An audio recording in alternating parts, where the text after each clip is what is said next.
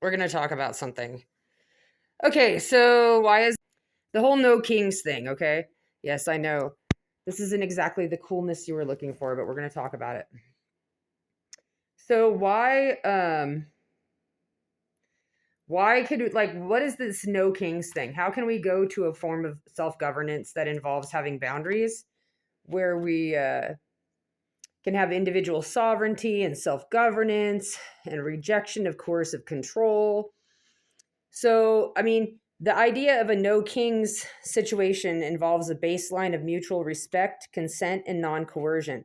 So, one of the main issues with like anarchists frequently is that I feel like a lot of times anarchists overlook the fact that if you do whatever you want, then everybody else does whatever they want.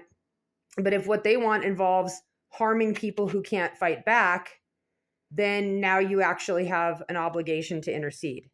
This is where tribalism trumps anarchism. In tribalism, they understand that it's hard to get liberation from a king, without a guy who throws his prowess around, or a woman or something like that, right? The difference is that there's a policy in a tribal society called shaming the meat. Shaming the meat. Go look it up. So in a tribal society, before we had kings, some dude went out there and got in a battle and won, or he took down an antelope, or he helped you win a war, but he did not ever have songs sang in his name afterwards. So you know how King David took down a giant, and they were like, oh, Saul's slain thousands, but David has 10,000s. In a tribal society, that would never be allowed. So under the time of Deborah, this is why Samuel threw a pitch fit over it in the Bible. In the time of Deborah, that wouldn't have happened. In a tribal society, go look it up.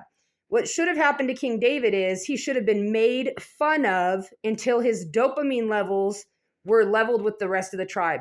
You were never allowed, if you took down a kill or you conquered a battle, you were never allowed back in the tribe until you had been made fun of. So, in a tribal society, you do need to use a, so to speak, king, a temporary king, to accomplish certain things like egalitarianism and whatnot. But as soon as they do it, their entrance back into the tribe is by being made fun of, not by being respected. So let's say that I get stuff from Jeffrey Doherty, right? I enjoy watching his show. Then it has to behoove me to make the fuck fun of him to keep him from becoming a king. Because when you make someone a king, you make 10 other people fucking victims.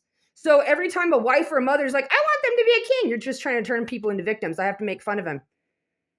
You look like Will Ferrell and someone else put together, and I think it's a comedy show sometimes.